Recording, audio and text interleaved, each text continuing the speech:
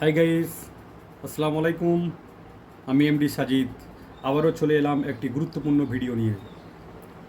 সরকারের বিভিন্ন ভাতা, যেমন অন্নপূর্ণা ভাতা, বৃদ্ধক্য ভাতা, যুবশক্তি ভাতা, এই সমস্ত প্রকল্পের জন্য ডিবিটি লিঙ্ক থাকা বাধ্যতামূলক। তাই আপনাদের কোনো ব্যাংকের সাথে ডিবিটি লিঙ্ক আছে তা দেখার সহজ পদ্ধতি আমি দেখাবো। তবে তার আগে বলি, ভিডিওটি স্কিপ না করে পুরো দেখুন। আর যারা এই চ্যানেলটি নতুন তারা চ্যানেলটি সাবস্ক্রাইব করে ফলো করে দিই। দেখা যাক, প্রথমে আমরা গুগল ক্রোমটা ওপেন করব।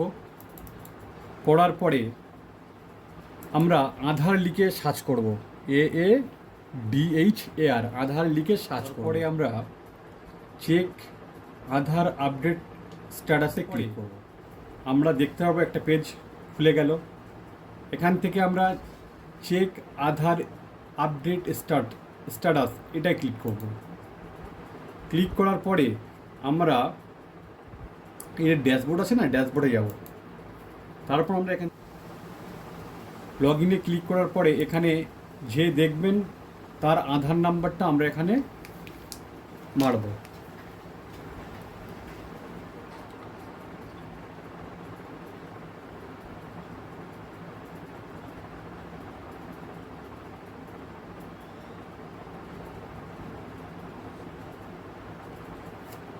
তারপর আমরা ক্যাপচার কোডটা মারব।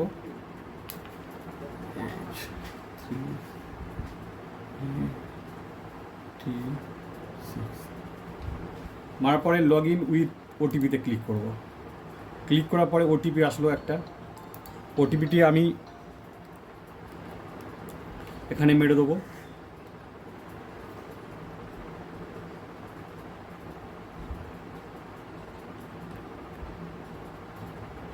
তারপর আমি লগ ইন করব। লগ ইন করার পরে একটি পেজ খুলে গেল।